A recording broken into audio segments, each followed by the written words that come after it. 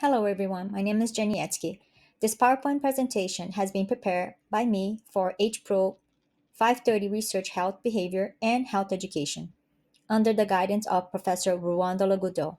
Today, I'll present my proposed research evaluating the effect of a faith-based phytonutrient-rich nutrition education program inspired by the Edify program, which stands for Eating Delicious Inspired Foods for Youthfulness, which was implemented in the spring of 2025 at the International Seventh-day Adventist Church in Laverne, California.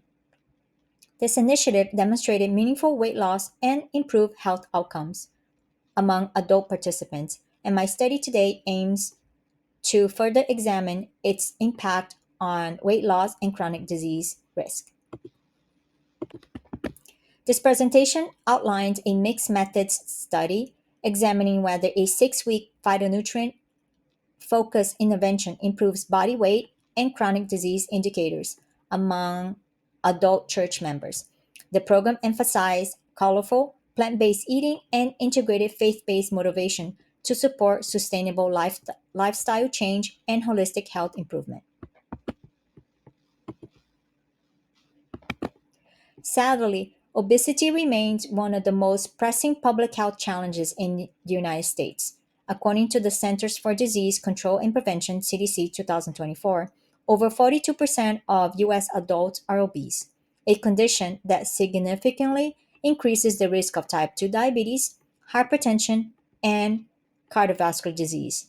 National data confirms that obesity continues to rise, underscoring the urgent need for lifestyle based prevention and intervention strategies.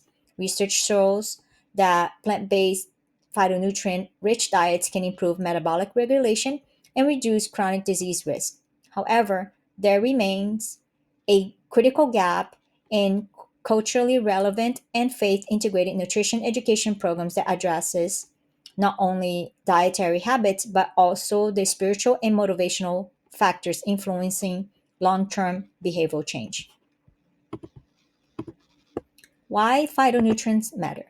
These are natural compounds found in fruits and vegetables that support metabolic health and reduce chronic disease risk through their antioxidant and anti inflammatory properties. Research indicates that consuming a variety of colorful plant based foods helps improve metabolism, lower blood pressure, and promote health weight management, thereby contributing to the prevention of chronic disease. And faith based environments, such as those with Seventh-day Adventist congregations, promote sustainable behavioral change by combining spiritual values with evidence based health education. These programs provide a strong motivational context for health transformation as participants are encouraged to align their faith and daily choices with principles of health stewardship. By integrating devotionals and spiritual reflection, individuals engage both their spiritual beliefs and health behaviors, fostering deeper commitment and lasting lifestyle change. Studies demonstrate that phytonutrients enhance metabolic outcomes, while faith based interventions have been shown to increase participation and promote sustainable weight loss. Across my literature research, I found evidence that consistently supports the role of phytonutrients in improving metabolic health and the effectiveness of faith based approaches in enhancing program engagement. However, few studies have integrated these two strategies, highlighting a gap in research that this proposed study aims to address. This gap highlights the need to evaluate how a structured faith based phytonutrient program can influence both weight loss and chronic disease risk factors. Even within health oriented 7-day Adventist communities, obesity remains a concern, underscoring the importance of targeted interventions. The program's early success provides a unique opportunity to systematically examine how faith integrated phytonutrient education can positively impact weight management and chronic disease prevention. The proposed I'm sorry. The purpose of this proposed research is to evaluate the impact of a 6 week phytonutrient rich, faith based intervention on weight loss and chronic disease indicators. Some of the questions include: does participation lead to significant weight loss? Does the program improve chronic disease hit risk indicators such as BMI? And how do participants describe their experience sustaining a colorful plant based diet? These questions guide the study's dual focus on both measurable health outcomes and qualitative insights into participants' lived experiences. Specifically, the study evaluated objective outcomes such as weight and BMI, while also exploring participants' perceptions on behavioral change through the lens of faith and community support. The program provides an existing structure for this quasi experimental mixed methods design conducted within a church community. This study utilizes a mixed methods approach combining quantitative and qualitative data to capture both measurable outcomes and participant experiences. Each session integrated practical nutritional skills with faith based reflection to foster internal motivation for lifestyle change. Sessions included a devotional component, educational s- lessons on the science of food color and phytonutrients, and hands on cooking demonstration.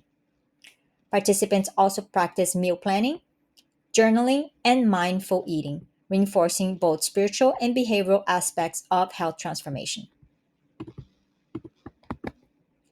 Data collection includes both anthropometric measures and validated survey tools to capture dietary intake and self efficacy.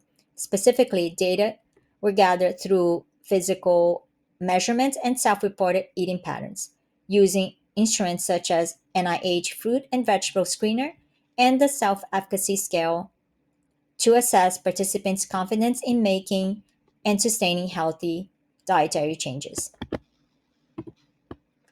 For data analysis, simple inferential tests can be used to identify meaningful pre and post program changes, while qualitative themes provide valuable context to participants' behavioral changes. Specifically, we can analyze changes in weight and dietary intake using pair t tests and correlation analysis.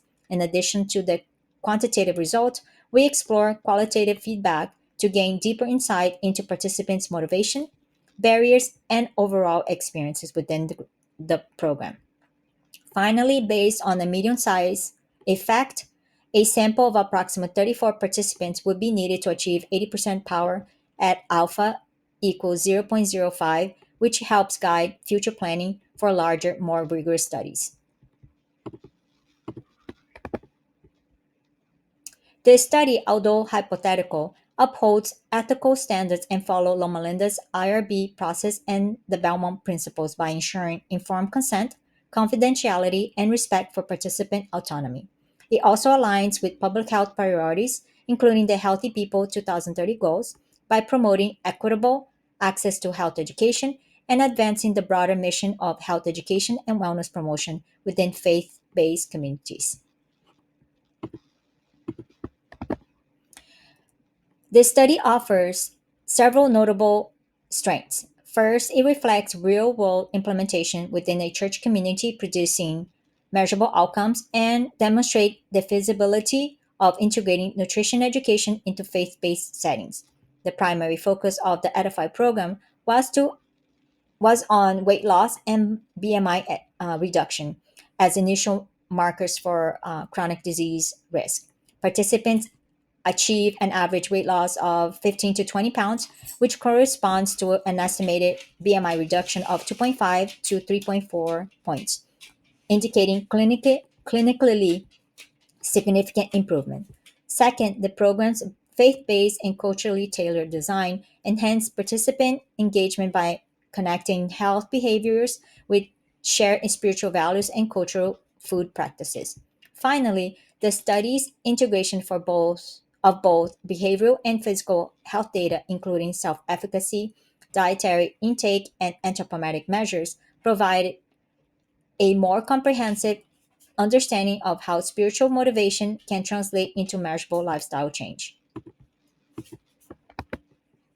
While these findings are promising, several limitations should be acknowledged. The small sample size and absence of a control group limit the ability to generalize results beyond this congregation.